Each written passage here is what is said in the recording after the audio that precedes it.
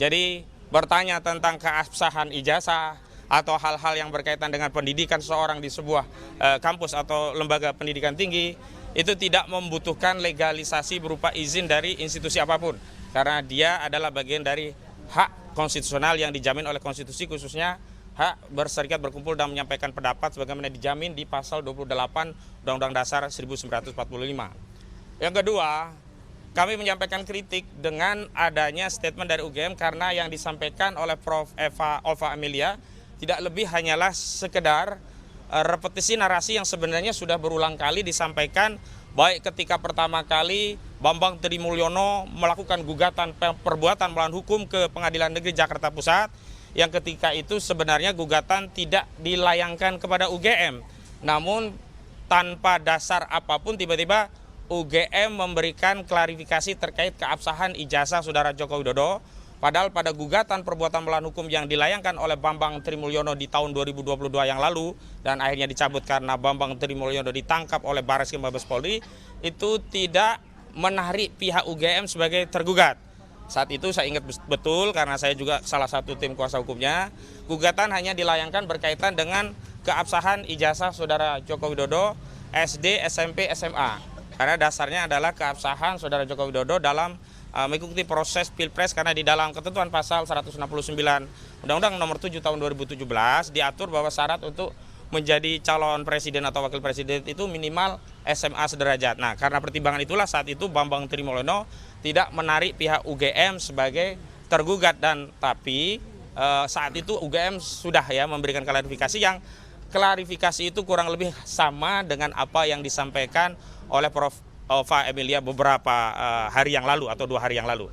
Ketiga, kami juga menegaskan bahwa segala narasi yang sifatnya repetisi itu tidak memiliki nilai hukum, tidak memiliki nilai pembuktian. Karena hari ini 3 putra terbaik UGM, baik Dr. Rismona Siolan, Dr. Roy Suryo, dan Dr. Tifauziah Tiasuma sedang berhadapan dengan hukum karena dilaporkan oleh Saudara Joko Widodo.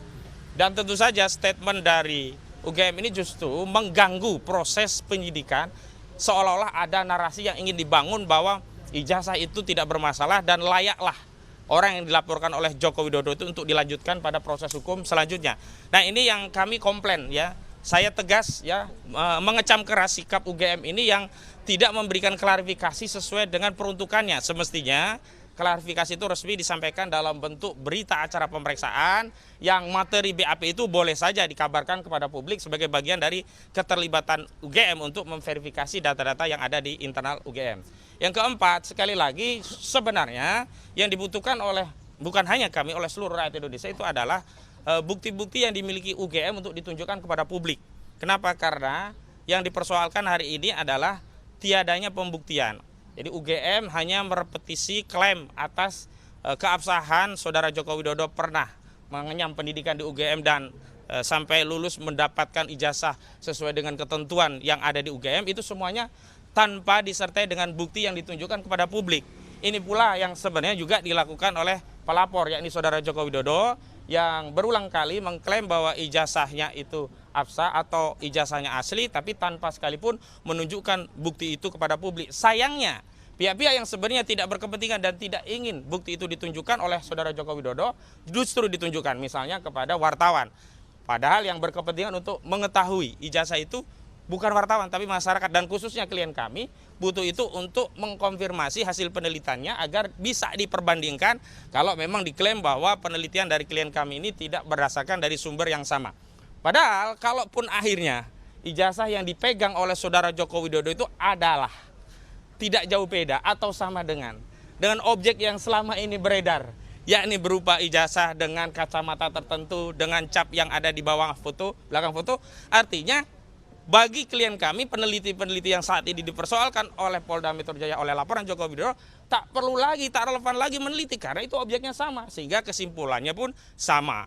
Kelima, ada sesuatu yang nampaknya UGM ingin buang badan, yakni di poin ke-10-nya menyatakan UGM tidak bertanggung jawab terhadap penggunaan ijazah pasca diserahkan kepada alumni yang memegang ijazah itu, termasuk dalam hal ini yang dipegang oleh Saudara Joko Widodo. Karena itu seolah-olah UGM ingin berlepas diri dari tanggung jawab bahwa segala hal yang berkaitan dengan penggunaan ijazah, yakni saat maju menjadi calon wali kota, calon gubernur DKI Jakarta, termasuk calon presiden 2 kali, itu tidak dalam tanggung jawab UGM. Sekali lagi kami tegaskan bahwa UGM turut bertanggung jawab. Kenapa? Karena dalam proses pendaftaran tadi memang penggunaan dokumen itu dilakukan oleh para peserta calon, dalam hal ini pelapor Saudara Joko Widodo, baik untuk calon wali kota Solo, calon gubernur DKI Jakarta, termasuk juga untuk calon presiden.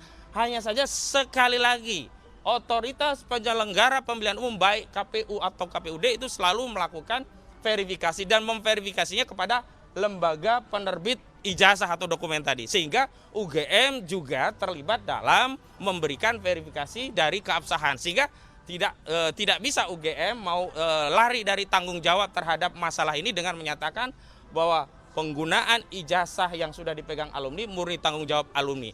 Sepanjang itu tidak ada kaitannya dengan otoritas UGM, pernyataan ini bisa dibenarkan. Tetapi dalam kasus Saudara Joko Widodo, Universitas Gadjah Mada tidak bisa lepas tangan karena saat mencalonkan sebagai capres, seluruh dokumen itu diverifikasi, dan salah satu metode verifikasi yang dilakukan oleh otoritas penyelenggara pemilu yakni menanyakan keabsahan itu kepada lembaga pendidikan tinggi yang menerbitkan ijazah, dalam hal ini UGM. Dan yang terakhir yang paling penting adalah bahwa apa yang dilakukan UGM sebenarnya sangat disayangkan karena mengadopsi cara membela dirinya Saudara Joko Widodo. Jika Saudara Joko Widodo membela diri berdalih tidak menunjukkan ijazahnya karena hanya akan ditunjukkan di pengadilan, UGM pun berdalih sama. Tidak ingin menunjukkan atau tidak mau menunjukkan data-data yang dimiliki berkaitan dengan keabsahan Saudara Joko Widodo sebagai orang yang pernah melakukan pendidikan dan kemudian diberikan sertifikat sesuai dengan ketentuan oleh UGM, tidak bisa ditunjukkan kepada publik kecuali otoritas berwenang. Ini sama. Jadi modusnya seperti ingin menyembunyikan sesuatu. Ingat, dua hal ini sama-sama tidak baik. Pertama, kalau menutupi kebenaran itu juga tidak baik, karena kebenaran itu harus diungkap ke publik. Kalau memang data-data itu benar, apa sulitnya mengungkap data-data yang benar ini kepada publik?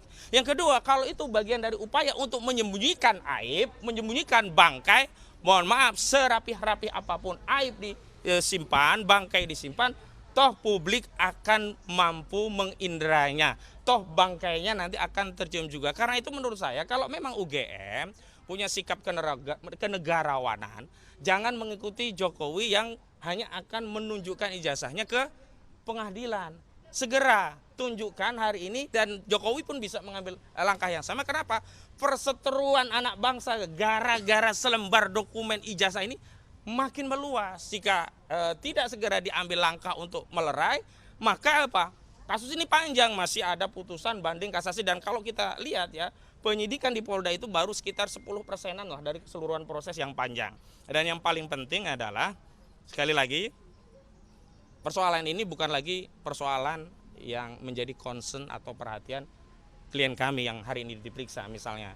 Ini bukan lagi persoalannya Dr. Rismon, ini bukan lagi persoalannya Dr. Roy Suryo, ini bukan lagi persoalannya Dr. Tifa, walaupun ketiganya punya kepentingan untuk membersihkan alma maternya dari aib ijazah Saudara Joko Widodo ini. Tapi ini sudah menjadi kepentingan seluruh rakyat Indonesia. Karena apa? Saudara Joko Widodo itu bukan sekedar alumni UGM, katakanlah kalau itu benar. Tapi Saudara Joko Widodo itu pernah memimpin Republik ini 2 periode, yang dalam proses memimpin itu, dalam proses pemilihannya dia menggunakan dokumen ijazah agar sampai pada proses kekuasaan untuk memimpin Republik ini. Itu dari saya. Dan untuk pemeriksaan saya minta Bang Jahmada dulu untuk menjelaskan rangkaian yang kemarin dan lanjutannya akan seperti apa untuk Pak Rismon. Silakan Bang Jahmada. Oke, rekan-rekan jurnalis, wartawan sekalian, hari ini adalah jadwal kelanjutan dari BAP hari Jumat lalu. Perlu saya sampaikan lagi, sebenarnya sudah cukup jelas ya, Jumat lalu kita juga menjelaskan, khususnya untuk klien kami Rismon, dari kemungkinan 11 atau 12 video yang akan dikonfrontir lah, katakan ke saksi Rismon, baru 2 Jumat lalu. Baru 2 yang dikonfirmasi, tapi itu pun sudah membutuhkan waktu lebih dari setengah hari. Oleh sebab itu kesepakatan atau pendapat pribadi dari klien kami, semua 11 atau 12 video itu kemungkinan besar akan dijawab secara tuntas oleh klien kami Rismond. Nah, kami ikuti saja, cuman kami tetap kawal ya, apakah itu sesuai atau melebar atau menyempit atau ke kiri ke kanan. Itulah tugas kami, nanti saya bersama Jamie Mokolensong sama Mulyadi untuk mengawal beliau secara bergantian di dalam, karena di dalam itu maksimum 2 orang. Dan seperti kemarin kami akan bergantian untuk mengawal Rismond untuk mengikuti pemeriksaan dalam kapasitas sebagai saksi dalam penyidikan ini. Rekan-rekan sekalian, seperti yang disinggung oleh rekan Koji Judin tadi, masalah konfirmasi atau statement atau video dari Rektor UGM, bersama-sama tadi malam saya sudah tampil juga di stasiun TV menjelaskan itu. Tadi pagi juga rekan kami Koji Judin sudah menyampaikan itu. Oleh sebab itu menurut kami sudah terang benderang ya apa arti dari video itu. Menurut kami tidak perlu diulang lagi. Kita hari ini fokus. Satu lagi adalah klien kami yang di BAP hari ini adalah Nurdian ya. Dan 2 hari ini yang di BAP kelanjutan sama dengan rekan Rismond dan Dian. Nah, dua-duanya kami akan kawal secara baik-baik ya. Nanti kemungkinan akan ada waktu interval, mungkin di waktu makan siang. Kemudian nanti kita lanjutkan lagi agar kawan-kawan ini, rekan-rekan ini semua mengikuti apa yang terjadi. Baik ya, mungkin pendapat saya atau penjelasan tambahan dari saya gitu, rekan Koji. Baik, mungkin Bang Rismond. Oh iya, Bang betul. Rismond, selaku yang akan diperiksa. Kepentingan lah ya. Silakan. Persiapannya apa ini, Pak Rismond? Persiapannya nggak ada karena semua sudah dalam kepala ya. Terus hafal ya. mengomentari sedikit dari statement dari Profesor Ova Emilia sebagai Rektor UGM ya, bahwa the devil is in the details. Artinya jangan jump into conclusion, jangan lompat ke kesimpulan tanpa menjelaskan detailnya. Kameranya. Oke. Pertama, kenapa tidak bisa dijawab lembar pengesahan penguji yang tidak ada di skripsi Joko Widodo, ya, yang disimpulkan atau dicari tahu kebenarannya oleh Profesor Sofyan Effendi, mantan Rektor UGM tahun 2002 sampai 2007, bahwa skripsi tersebut ternyata tidak pernah diuji dan isinya merupakan contekan atau duplikat dari pidato dari Dr. Sunardi. Itu dijawab dulu. Kalau memang ada ratusan atau bahkan ribuan skripsi di UGM pada tahun itu yang tidak memiliki lembar pengesahan penguji, maka sebegitu bobroknya kah UGM pada zaman itu? Sementara universitas swasta saja ya yang belum dikenal oleh publik itu syarat administrasi kelengkapan skripsi itu sangat-sangat mutlak, dan itu tidak bisa juga dijawab oleh Profesor Kuncoro sebagai mantan Ketua Dewan Guru Besar UGM ketika saya wawancara di Rosi kemarin. Itu yang pertama. Yang kedua, bisa tidak dijawab lembar transkrip nilai yang ditunjukkan oleh Dirtipidum yang tanpa tanda tangan dekan maupun pembantu dekan, tanpa stempel dan tulisannya nilainya bertulisan tangan. Ya, yang kami jumpai berbeda jauh dengan format baku yang kami miliki dari transkrip nilai seseorang yang lulus di tahun yang sama dari Fakultas Kehutanan, di mana formatnya sangat baku, ada stempel, ada tanda tangan yang otoritas seperti dekan maupun pembantu dekan. Yang ketiga, bisa dijelaskan tidak nilai-nilai mata kuliah dasar umum, statistik, fisika, matematika yang bernilai D, ya, yang seharusnya itu tidak boleh untuk mencapai kelulusan di UGM. Jadi proses-proses akademik atau proses-proses pembelajaran yang dilalui oleh Joko Widodo itu justru menguatkan analisa kami dan justru mementahkan argumentasi dari Profesor Ova Emilia. Ya, dan banyak lagi dan lainnya yang tidak bisa saya sebutkan di sini. Oleh karena itu, ya, Profesor Ova Emilia sebaiknya buka seterang-terangnya, jangan hanya di dalam podcast internal semacam arisan, ya, yang menjawab UGM. Yang bertanya UGM juga. Yang bertanya UGM, yang menjawab UGM. Berani keluar gitu loh.